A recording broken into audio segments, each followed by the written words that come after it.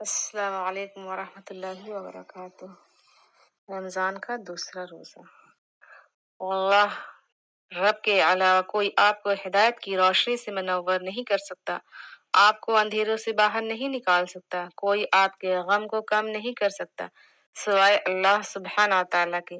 یقین جانے کوئی بہت پیارا بھی ہے نا، آپ سے بہت محبت کرنے والے بھی ہے نا، تو کبھی نہ کبھی وہ اپنی الجھنوں میں آپ کی تکلیف کو آپ کو بھول ہی جاتا ہے، لیکن رب ہے نا، ایک لمحہ بھی آپ کو نہیں بھولتا۔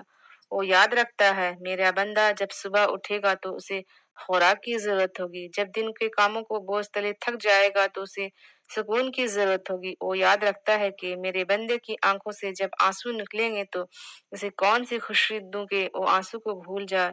وہ یاد رکھتا ہے کہ آخر وہی تو رب ہے۔ آج دوسرا روزہ بھی گزر گیا ہے بہنوں، یہ چند دنوں کی محنت آپ کو دونوں جہاں میں کامیاب کر سکتی ہے انشاءاللہ۔